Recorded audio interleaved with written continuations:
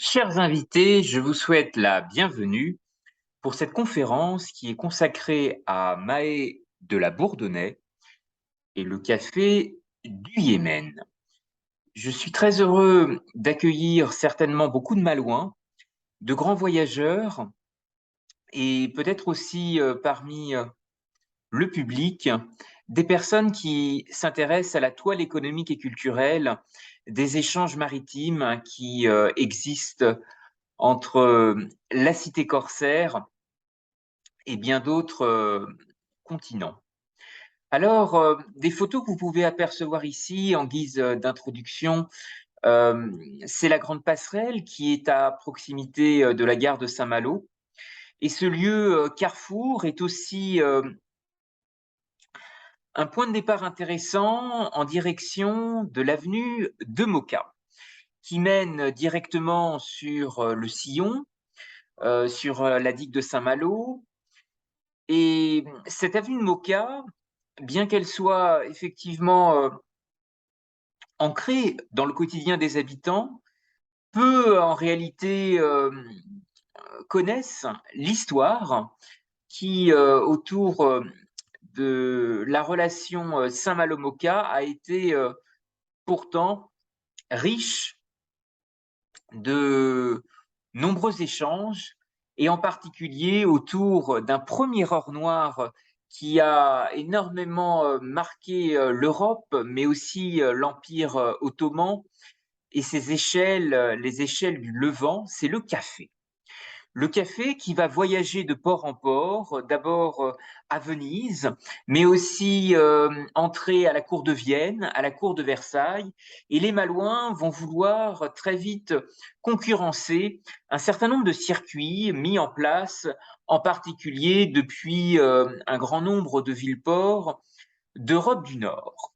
Et particulièrement Amsterdam, puisque les Hollandais se sont beaucoup intéressés à un commerce extrêmement lucratif qui est le commerce des épices. Alors nous allons voyager et essayer de mettre en lumière un certain nombre d'enjeux historiques à la lumière d'enjeux beaucoup plus contemporains, d'enjeux actuels et également d'enjeux géopolitiques, puisque le Yémen est un pays aujourd'hui extrêmement complexe dans sa relation avec des conflits, avec un certain nombre de voisins régionaux, émiratis, saoudiens. Eh bien, l'exposition universelle de Dubaï a été l'occasion de révéler un pavillon qui se voulait à la fois un lieu de réflexion, mais aussi un lieu de compréhension. Et cette compréhension va être le fil rouge de cette conférence pour essayer de bien comprendre à la fois les échanges historiques qui se sont mis en place, les interdépendances qui se sont faites avec l'océan Indien et en particulier avec un certain nombre de comptoirs qui ont été administrés par Maé de la Bourdonnais, et puis une réflexion peut-être un peu futuriste, puisque en jetant finalement des bases historiques à travers l'âge d'or euh, administré sous l'époque de Maé de la Bourdonnais, eh bien comment demain finalement, et c'est un peu la vocation d'un réseau bien connu à Saint-Malo qui s'appelle C'est tous les ports du monde, eh bien comment demain les habitants des ports peuvent peut-être amener et regarder ensemble un nouveau prisme, un nouveau paradigme sur le monde. Alors ce café, comme je vous l'indiquais, c'est ce premier or noir qui a énormément marqué le Moyen-Orient, puisque on pense souvent, et peut-être que cette noirceur de l'image vous fait penser euh, à l'or noir qui était le pétrole. Eh bien peut-être que le café pourrait redevenir aussi une valeur pleine d'intérêt, surtout en relation avec le thème fort du pavillon Yémen à l'exposition universelle de Dubaï, qui a été retenu, c'est le savoir. Ce savoir défini par les planificateurs de ce pavillon comme un savoir à la puissance de l'infini. Ce qui montre bien que cette idée même du savoir, de la connaissance, a un lien très fort avec des réseaux. Des réseaux que nous allons explorer ensemble, de Saint-Malo à Moka, et comprendre effectivement comment, sur les routes maritimes, des civilisations ont convergé, ont échangé, ont d'une certaine façon aussi transféré des innovations. C'est vraiment l'idée poursuivie par le pavillon Yémen à l'exposition universelle de Dubaï, d'offrir à ses visiteurs une interprétation thématique de ce pouvoir infini du savoir, en explorant l'ingéniosité d'une des civilisations les plus anciennes, puisque quand vous demandez à des Saoudiens, à des Yéménites d'où viennent leurs ancêtres, eh bien, la plupart convergent vers le Yémen. Ce Yémen, ce pays fabuleux qui a aussi une culture très proche avec celle du sultanat d'Oman et qui a aussi cultivé des chemins de mémoire extrêmement intéressants lorsqu'on regarde les migrations avec Madagascar, mais aussi avec un certain nombre d'îles de l'océan Indien. Et je suis sûr que sur l'île de la Réunion, on pourrait aussi avoir beaucoup à dire. Alors, le pavillon yéménite est véritablement une invitation à observer. Observer comment les connaissances anciennes et modernes s'entremêlent pour favoriser des réalisations futures. Regarder le futur, c'était aussi une boussole créative extrêmement affûtée par les organisateurs de l'exposition universelle de Dubaï, puisque malgré le Covid, le thème général qui a été choisi était le suivant: connecter les esprits, créer le futur.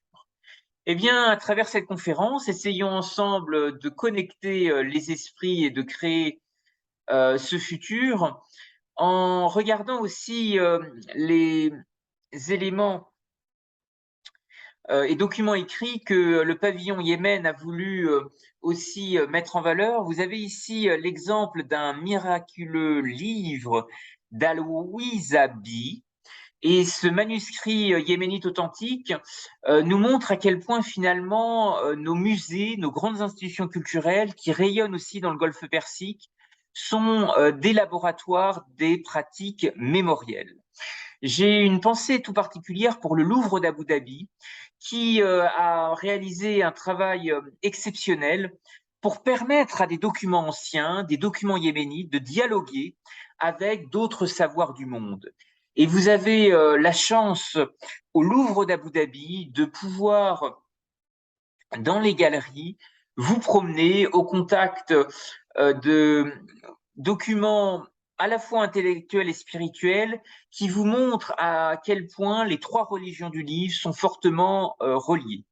Et ça a été un choix dans la muséographie d'Abu Dhabi de faire dialoguer des documents, des témoignages du dialogue des religions, du dialogue des cultures et du dialogue des civilisations. Et ce métissage est extrêmement fort à Abu Dhabi à travers une ancienne Torah qu'il est possible d'observer et des chemins de mémoire extrêmement intéressants entre les religions juives, chrétiennes et musulmanes.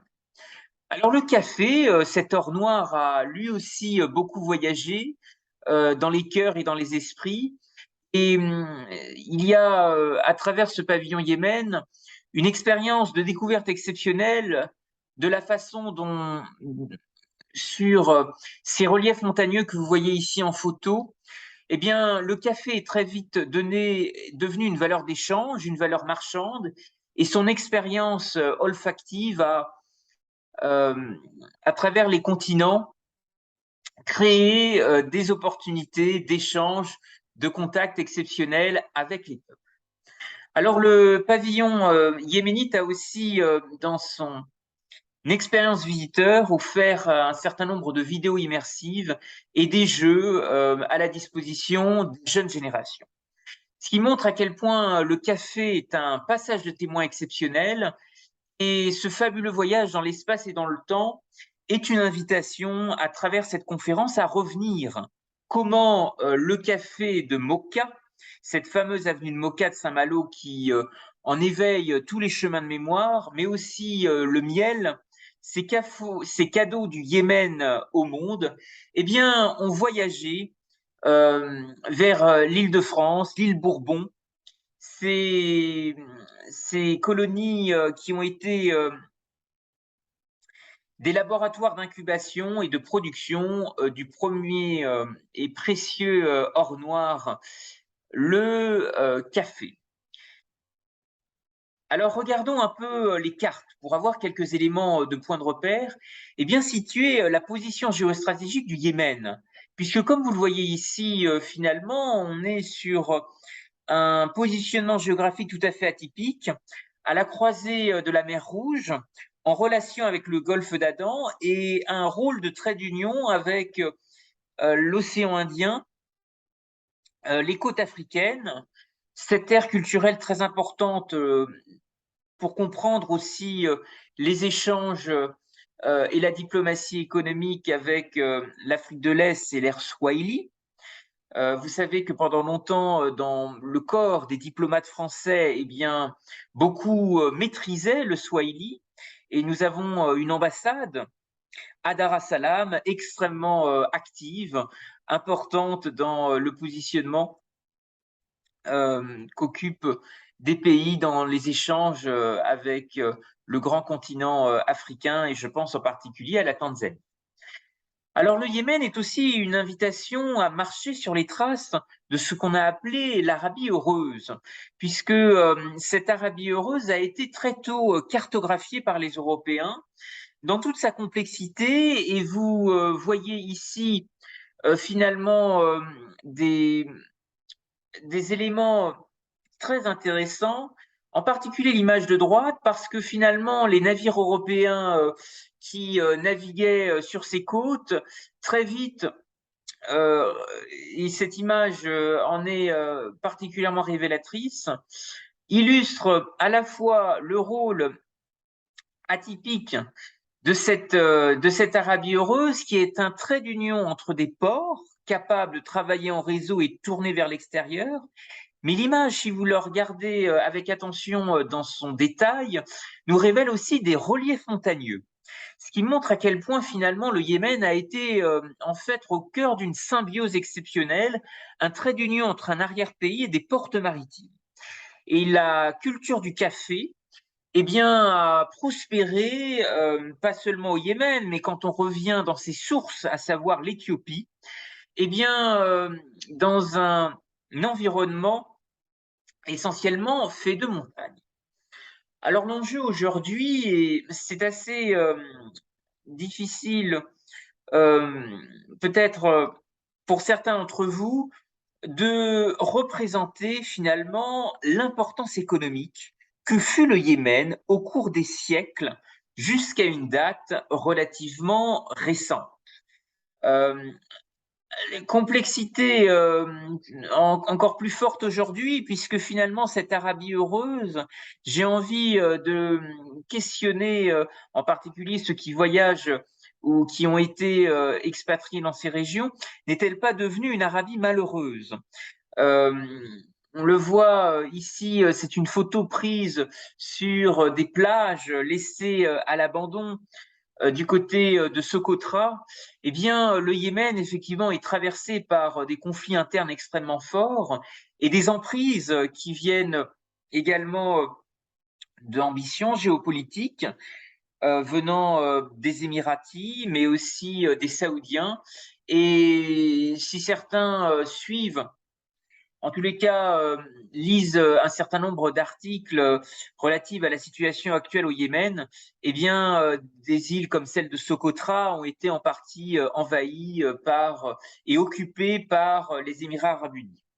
Alors, ce Yémen, dans ses échanges, a été aussi au contact d'un certain nombre d'occupations permanentes ou temporaires, et les portes maritimes ont été en particulier des lieux d'accueil où les échanges avec les Européens se sont polarisés.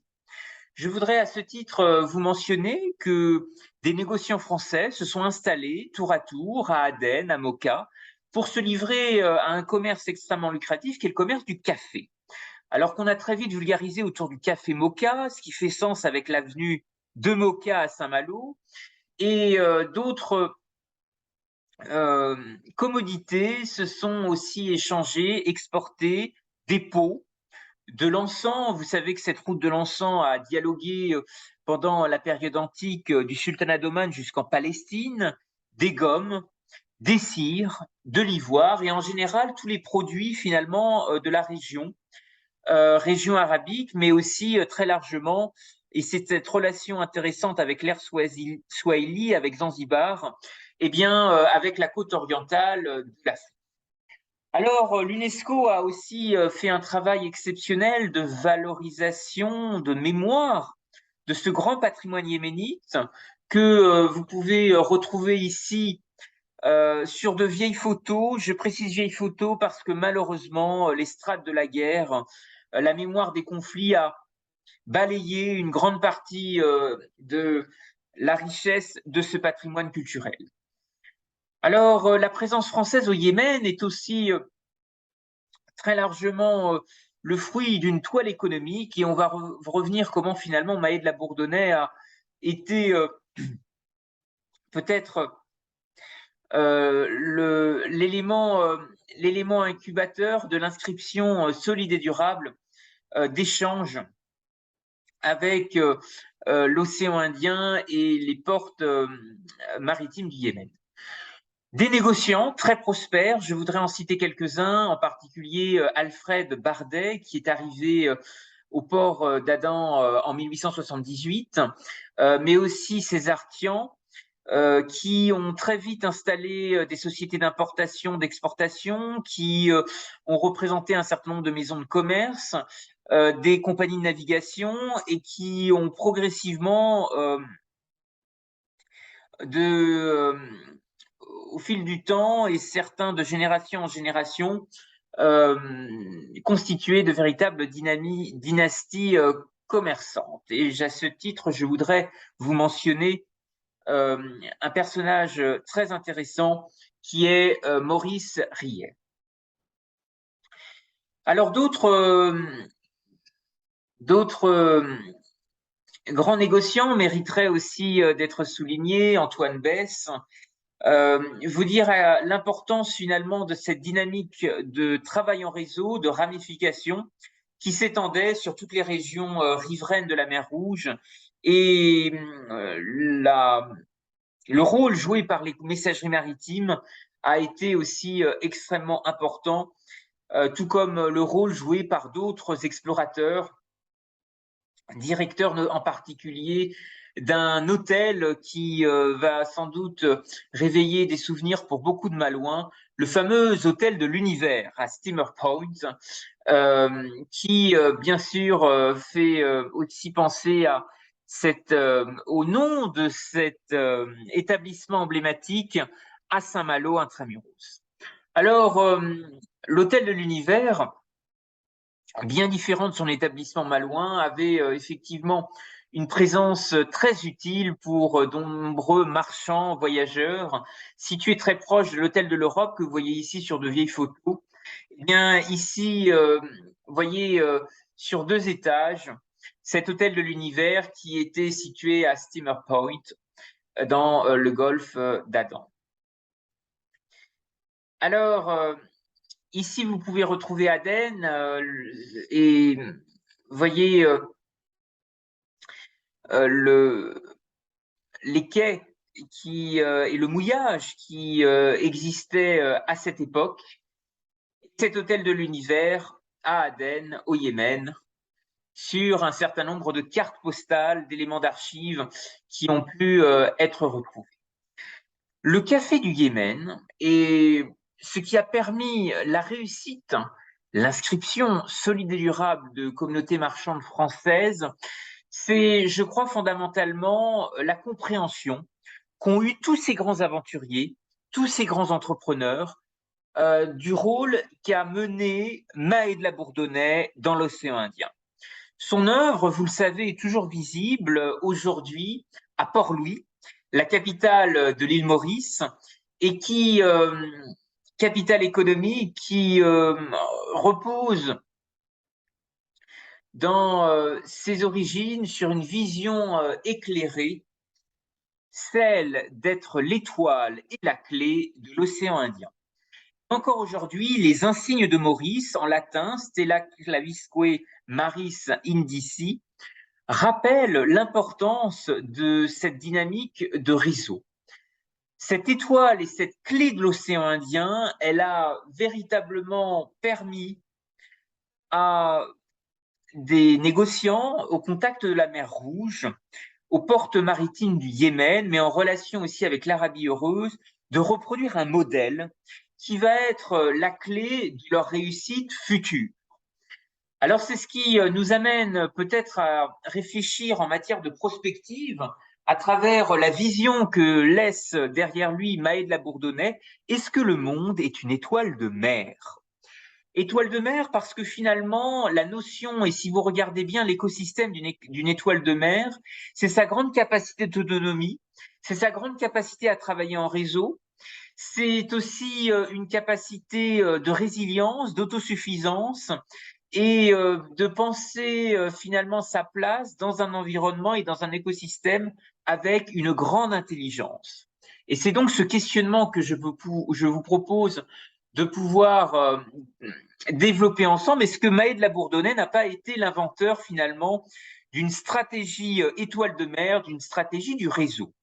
À la fois parce que la doctrine d'investissement, l'étoile et la clé de l'océan Indien, a été très vite alignée sur une stratégie. Cette stratégie, c'est celle de pouvoir réussir à faire du commerce d'Inde en Inde. Et c'est une formule qui a tout son sens parce que vous savez que Maë de la Bourdonnais était en compétition directe avec d'autres ambitions, d'autres administrateurs, et je pense en particulier à Duplex. Vous savez qu'on peut retrouver l'ancienne manufacture des tabacs de Duplex, qui est à Morlaix, dans le pays Léonard, dans le Finistère. Eh bien, Finistériens et Malouins n'avaient pas tout à fait la même vision des Indes et de ce commerce avec l'Arabie heureuse. Eh bien, cette formule consacrée a nourri de nombreuses aventures économiques et favorisé une certaine idée du commerce interlope et surtout du cabotage entre des villes et des comptoirs. Et peut-être c'est ce qui a fait aussi très largement l'âge d'or de Pondichéry, mais aussi de Madras et un certain nombre de comptoirs sur les Indes. Alors cette stratégie Océan Bleu est aussi un axe de recherche qui est différemment documenté par un certain nombre d'universitaires, y compris dans des écoles de commerce, qui s'intéressent aussi à des stratégies marketing, de pénétration de marché. Et en anglais, cette stratégie Blue Ocean a aussi été très largement commentée et développée par un certain nombre d'universitaires, et je pense en particulier à Kuala Lumpur en Malaisie. Alors, que nous laisse finalement Maë de la Bourdonnais à travers ce grand commerce de l'océan Indien et ses richesses qui ont voyagé aussi en relation avec d'autres comptoirs? Stratégie étoile de mer, stratégie océan bleu, étoile ou clé de l'océan Indien. L'un des grands enseignements qu'on peut retenir de Maë de la Bourdonnais, c'est que c'est la maritimité, c'est-à-dire cette insularité des îles, qui a été un précieux atout pour servir finalement de trait d'union, d'une mondialisation maritime, en tous les cas d'une toile entre le Moyen et l'Extrême-Orient d'un côté et les côtes d'Afrique de l'Est de l'autre.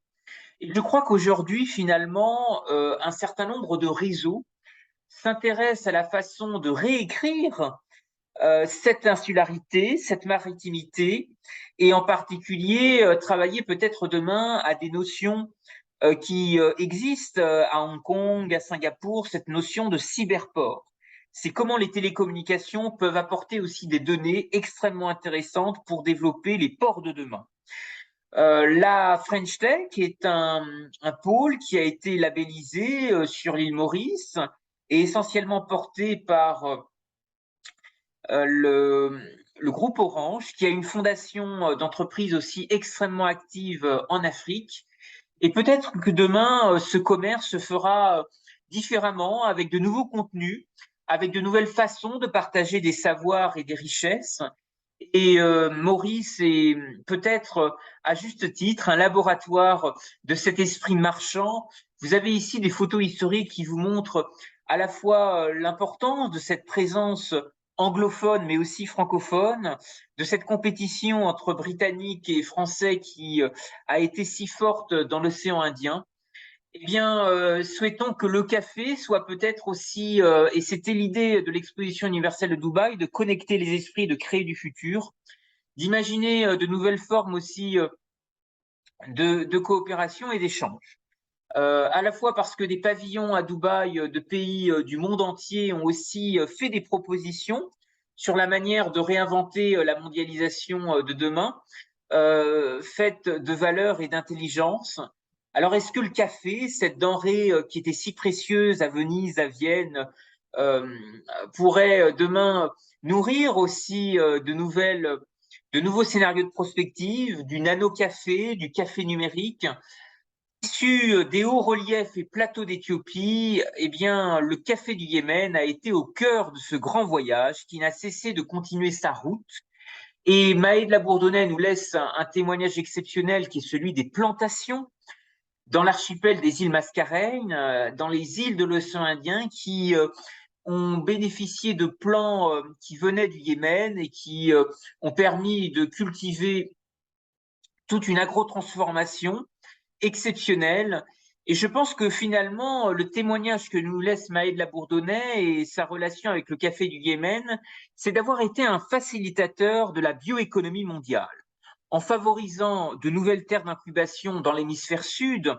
Et encore aujourd'hui, si vous parlez à des diplomates chinois à Maurice, ils vous diront avec beaucoup d'émotion combien finalement toute la pharmacopée à faible impact, la botanique, toute cette grande génération de botanistes qui sont arrivés après Maë de la Bourdonnais ont laissé une très grande valeur intellectuelle qui intéresse aussi de grandes puissances, l'Inde, la Chine, et des intuitions pour demain, pour explorer finalement ce qu'on appelle aujourd'hui dans beaucoup de pays émergents la New Nature Economy. Cette New Nature Economy, elle a construit aussi très largement des nouvelles ambitions de politique publique. Vous avez sans doute suivi comment le Sri Lanka s'est malheureusement peut-être pris un peu les pieds dans le tapis en voulant devenir une île 100% écologique avec une agriculture biologique construite à toute vitesse. Eh bien, cette New Nature Economy, elle est aussi une invitation à travailler sur des éléments de prospective que nous ont aussi légué de grands botanistes. Je pense à Pierre Poivre, mais aussi très largement en région Auvergne-Rhône-Alpes, Philibert, commerçant. Il y a dans le pouvoir des plantes, dans l'agrotransformation, beaucoup de richesses. Et Saint-Malo le sait bien parce que de grandes industries, les industries probiomères, rouliers, ont très bien compris la capacité que nous avions à connecter ressources naturelles et agriculture locale. Eh bien, le café, cette richesse du Yémen, a eu aussi un très grand âge d'or qu'il est important de rappeler dans le cadre de cette conférence avec l'Éthiopie. Et l'Éthiopie a été très visible à l'exposition universelle de Dubaï et s'est présentée comme un futur hub, un futur grenier pharmaceutique pour l'Afrique et le monde. Alors, vous savez que l'Éthiopie a des plateaux, des grands reliefs montagneux, et c'est aussi là qu'est né le café avant de voyager jusqu'au Yémen. Et c'est un voyage qui a justement inspiré le thème du pavillon éthiopien à l'exposition universelle de Dubaï, autour de cette thématique que vous voyez ici à l'écran, les terres d'origine et d'opportunité. Relier origine et opportunité, ça a un sens tout particulier entre le Yémen et l'Éthiopie, parce que cette région du monde est en quelque sorte le berceau de l'humanité, Et l'expérience visiteur du pavillon Éthiopie voulait justement proposer une expérience de voyage à l'aube du temps, une expérience de découverte de la culture, des valeurs qui façonnent l'Éthiopie d'aujourd'hui, conçue comme un centre vivant qui stimule et facilite les connexions. Eh bien, je pense que l'histoire du Yémen en est et du café qui a voyagé dans ces montagnes et dans ces ports en est une bien belle illustration. Et il y a certainement des relations aussi entre l'Éthiopie, le Yémen et peut-être plus largement dans un triangle avec Madagascar qui mériterait d'être révélées aujourd'hui pour marcher encore mieux sur ce thème de l'origine d'aujourd'hui qui était mise en valeur dans le cadre du pavillon Éthiopie à l'exposition universelle de Dubaï. Marcher sur des objets anciens, des tribus, le monde et faire connaissance avec Lucie, vieille de plus de 3 millions d'années. Alors, les échanges avec l'Afrique euh, sont riches et complexes. Et l'origine de l'opportunité, c'est de déboucher aujourd'hui, et Maëlle Labourdonnais avait bien compris avec ses îles dans l'océan Indien, sur un espace où finalement des convoyeurs sont capables d'échanger et de commercer. Et finalement, le pavillon éthiopien nous laisse un message aussi philosophique extrêmement intéressant, avec la possibilité de toucher des objets qui sont aussi l'expression de ces échanges et de ce commerce. Le café en est particulièrement un, et probablement que c'est l'une des illustrations de d'un produit qui s'est mondialisé, qui est passé de main en main, d'abord de l'Éthiopie au Yémen, vers l'océan Indien, et qui a continué à voyager aujourd'hui dans une production mondiale extrêmement importante du Vietnam au Brésil. Eh bien, je pense que ça sera, en tous les cas, ma conclusion. C'est de rappeler aussi, parce que Maë de la Bourdonnais a aussi permis à des botanistes de pleinement bénéficier de cette bioéconomie, rappeler que la protection des semences et des obtentions végétales représente un vecteur de durabilité, d'innovation et de croissance pour le monde de demain. Et je voudrais, en conclusion, vous dire que l'histoire de Maë de la Bourdonnais est celle d'un un passeur d'opportunités, un passeur de rencontres, un passeur de richesses. Et j'espère sincèrement que sa route pourra continuer d'inspirer de nouvelles aventures entre science et nature.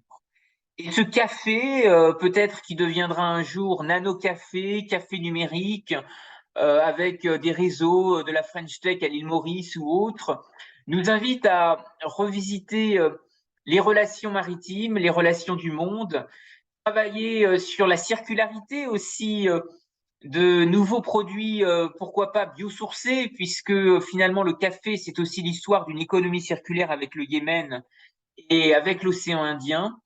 Dans un monde connecté fait d'interdépendance, vous voyez sur cette carte combien finalement le Yémen fait rêver, aurait envie d'être une destination touristique à redécouvrir.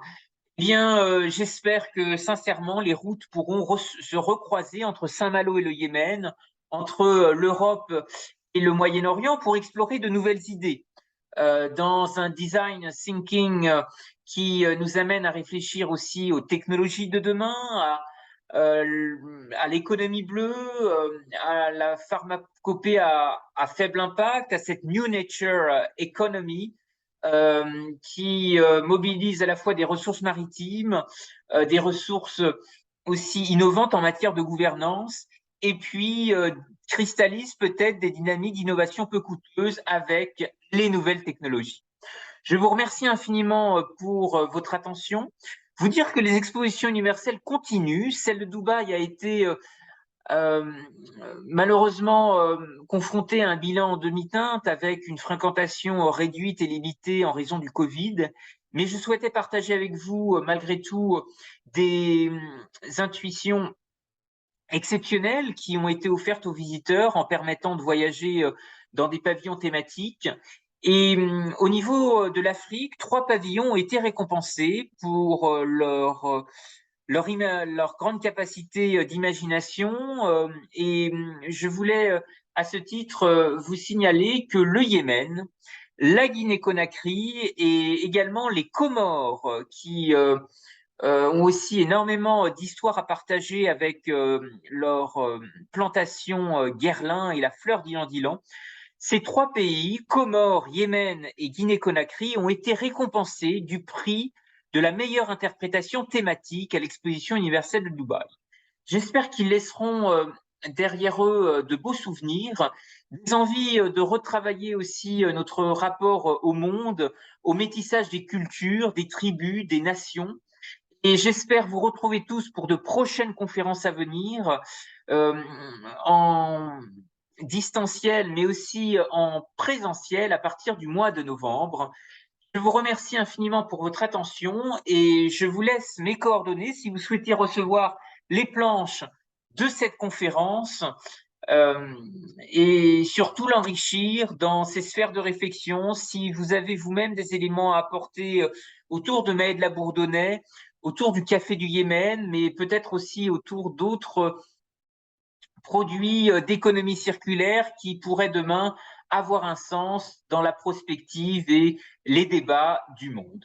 Je vous remercie pour votre attention et je reste à votre disposition pour des questions si vous le souhaitez.